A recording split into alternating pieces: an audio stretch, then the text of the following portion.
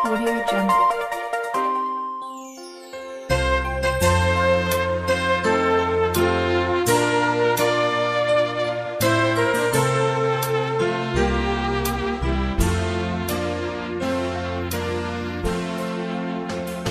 Semuanya ditinggalkan karena Yesus Tuhanku.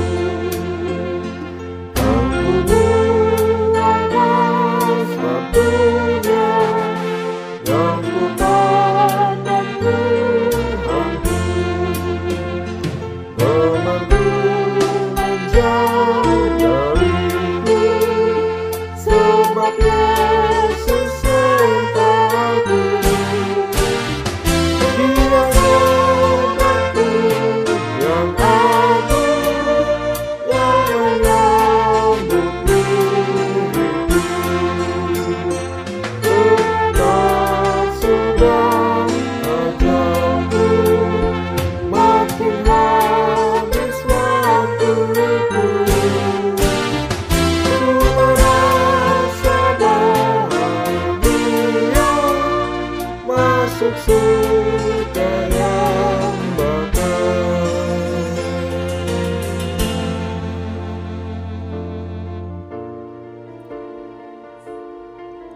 Horas Amanginang dan saudara-saudara yang dikasihi Tuhan Yesus Kristus, selamat berjumpa kembali dalam Renungan Harian HKBP Delta Mas di hari ini.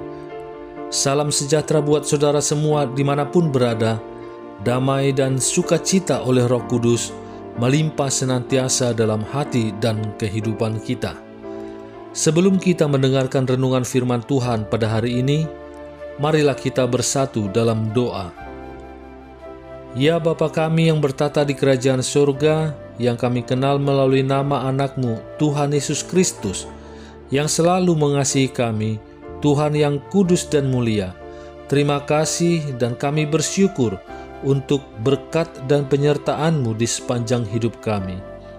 Pada hari ini kami akan kembali memulai dan melanjutkan seluruh aktivitas dan pekerjaan yang kami rencanakan. Kami bisa memasuki hari ini, itu semua karena kasih anugerah-Mu. Kami percaya dalam segala hal Tuhan punya rencana yang baik dalam kehidupan kami. Dan saat ini pun kami mau mendengarkan firman-Mu. Urapi kami Tuhan untuk kami dapat mengerti dan taat pada setiap kehendak-Mu. Di dalam nama anak-Mu Tuhan Yesus Kristus, kami telah berdoa dan mengucap syukur. Amin. Renungan Harian HKBP pada hari ini, hari Rabu, tanggal 6 November 2024, diambil dari dalam bahasa Batak, Johannes Bidu 10 ayat 20 walu. Nabor hatsian amai doau rotu pertibion. Nama nadikon nama ahu muse di pertibion laho manopot amai.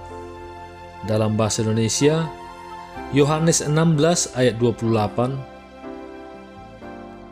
Aku datang dari Bapa dan aku datang ke dalam dunia. Aku meninggalkan dunia pula dan pergi kepada Bapa. Demikian firman Tuhan. Jemaat HKBP Delta Mas yang dikasihi Tuhan, secara alamiah manusia memiliki mekanisme pertahanan diri dari sebuah perasaan yang dinamakan kesedihan. Sehingga ketika ada sesuatu yang berpotensi mendatangkan perasaan sedih, seseorang cenderung untuk menghindar, kabur, menyangkal, bahkan menekan perasaan tersebut. Tuhan Yesus sering menyampaikan sesuatu kepada para muridnya dengan memakai kiasan atau perumpamaan. Bahkan saat menjelang penangkapan hingga kematiannya pun, ia masih tetap menyampaikan suatu hal kepada para muridnya dengan memakai kiasan, termasuk ayat harian kita hari ini. Kiasan yang dipakai oleh Tuhan Yesus kali ini adalah tentang duka cita yang mendahului sukacita. Ia memberi kiasan bahwa seorang perempuan berduka cita pada saat ia melahirkan. Namun setelah ia melahirkan anaknya, ia tidak ingat lagi dengan penderitaannya karena ia diliputi kegembiraan yang besar bahwa seorang manusia telah dilahirkan ke dunia. Yohanes 16 ayat 21. Kiasan itu disampaikan Tuhan Yesus kepada para muridnya untuk memberitahukan bahwa mereka akan menangis dan meratap atas kematiannya, sedangkan dunia akan bergembira. Namun setelah duka cita itu, para murid akan menjadi bersukacita.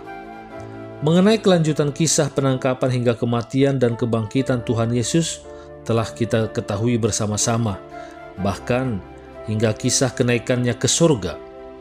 Hal itu menjadi peristiwa yang menggembirakan bagi para murid, sehingga mereka mendapatkan keberanian dan kekuatan baru lagi walau Tuhan Yesus telah naik ke surga.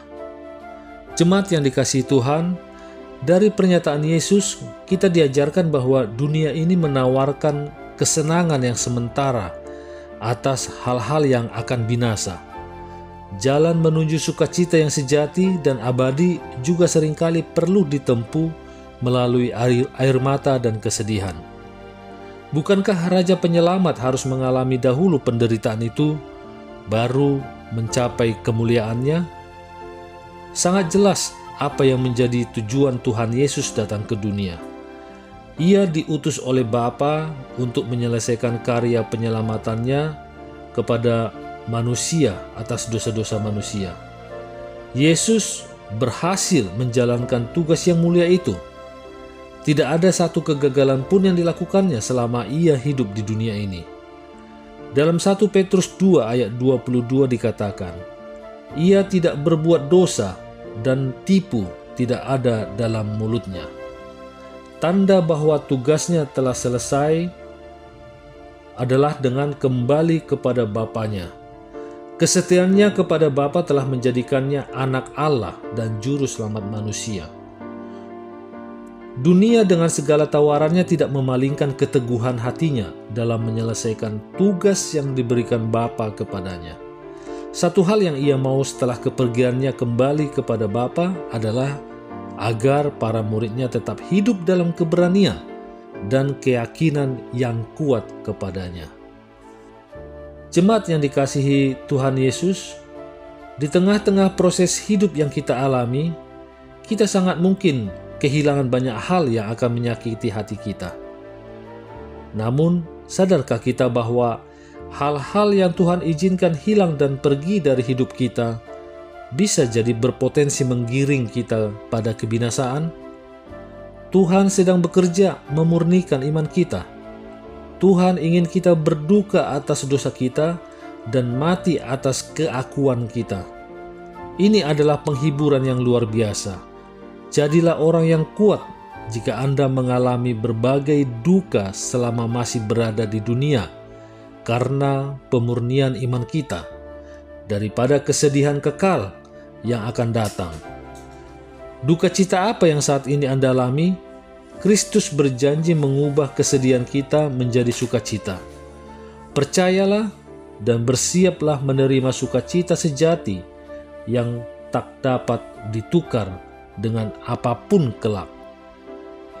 Belajar untuk menerima perasaan sedih yang kita alami sebagai suatu pintu menuju sukacita yang sejati. Mengerti tujuan Tuhan dalam proses yang kita alami dapat membuat kita semakin kuat dan percaya atas kendali penuhnya dalam hidup kita. Itulah yang dijelaskannya melalui ayat harian hari ini kepada kita. Amin. Mari kita berdoa.